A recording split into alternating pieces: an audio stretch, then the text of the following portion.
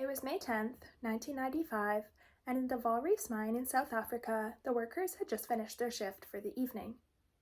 The Valreefs mine was South Africa's most productive gold mine at the time, with 90% of the country's gold being mined here.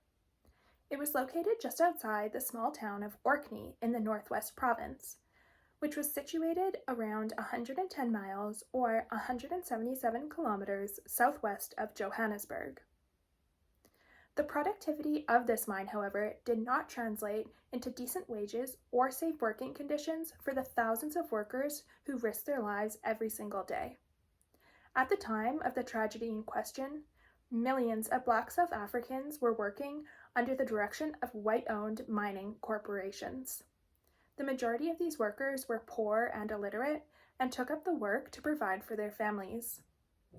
Even so, wages were dismally low. The starting wage for a miner in South Africa at the time was only $125 a month and rarely rose above $500 a month for even the most experienced of workers. In today's dollars, this translates to a starting wage of $232.80 to a maximum of $931.20 a month. Now, it's hard to overstate just how dangerous this work was. At the time, over 69,000 mine workers had lost their lives in South African mines, and millions more had been injured. The worst mining disaster in the country's history had occurred in 1960, when 437 workers died after becoming trapped in a coal mine.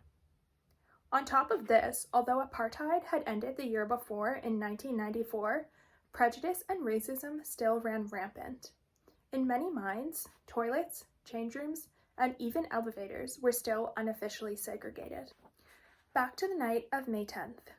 It was 10:30 p.m., and for the hundreds of workers who had just finished their shift at the Valreefs mine, this meant going up the 1.7 miles or 2.7 kilometers to the surface to sleep in their crowded dormitories while the next shift took over. 104 men crammed into the 2-floor mesh elevator that would take them up to the surface. The 12-ton elevator was packed to capacity. A second group of men was in an elevator nearby that was meant for mine inspections. Above them, on the 56th floor of the mine, a locomotive was speeding through on its tracks.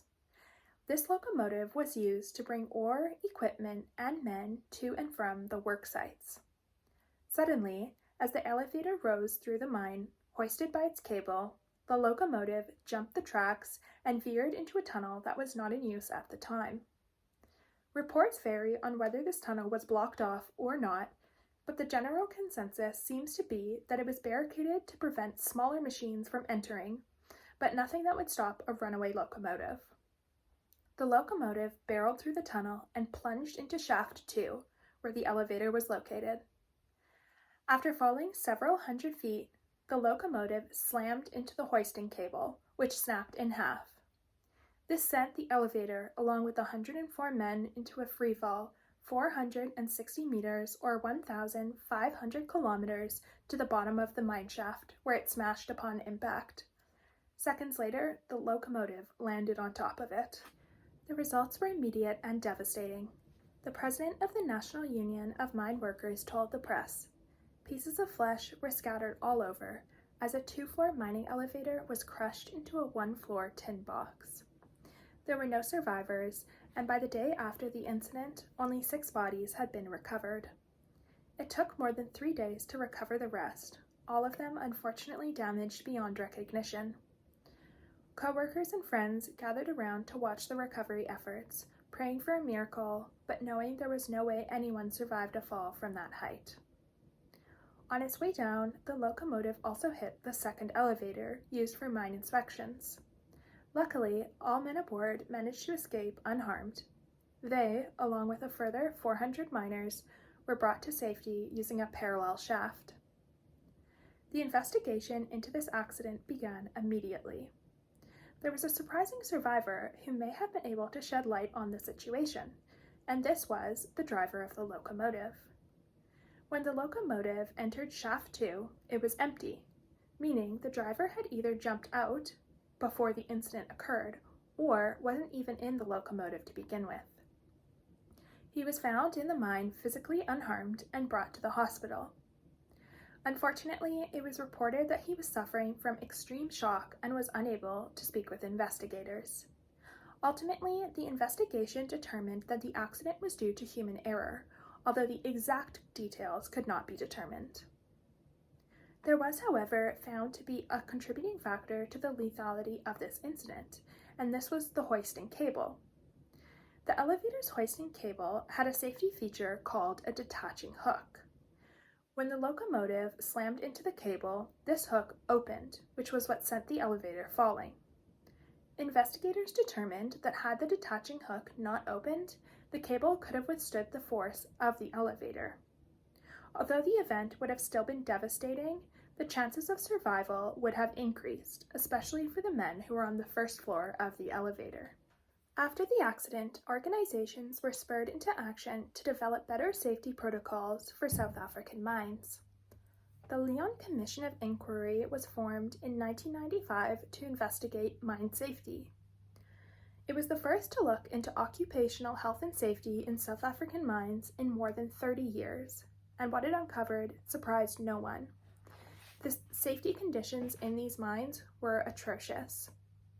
They determined that gold mines were responsible for the majority of fatalities and accidents, with 86% of injuries and 73% of fatalities occurring in gold mines. This commission recommended the promulgation of the Mine Health and Safety Act, which was written in 1996 and put into place in 1997. The Mine Health and Safety Act 29 is still in place today and was updated as recently as 2008. Another outcome of this tragedy was research done into the safety implications of using hoisting cables in mine elevators with or without detaching hooks. The South African Safety and Mining Research Council performed a risk assessment of hoisting with or without detaching hooks. It was determined that the detaching hooks, as South Africa used them, were likely to cause 3 times more fatalities in an accident. This was because the hooks being used were not strong enough to withstand the appropriate amount of force. In the aftermath of the tragedy, Anglo American Corporation, the owner of Vaal Reefs Mine at the time, the Vaal Reefs Exploration and Mining, and the National Union of Mine Workers created the Vaal Reefs Disaster Trust. This trust provided support and financial aid for the dependents of the men who tragically lost their lives. This included 316 children who were left without fathers and 109 widows left without their husbands. As of 2017, this trust was providing support for 80 of these children in their post-secondary education. As far as mine safety in South African mines, improvements have definitely been made. 2019 saw the lowest number of fatalities on record, with 51 men losing their lives. Unfortunately, these numbers have increased slightly since then. 2020 saw 60 mine fatalities, and as of the beginning of December 2021, 69 men had lost their lives in South African mines. While these numbers are down considerably from the figures of the 20th and early 21st century, there is no doubt that safety improvements must continue to be made.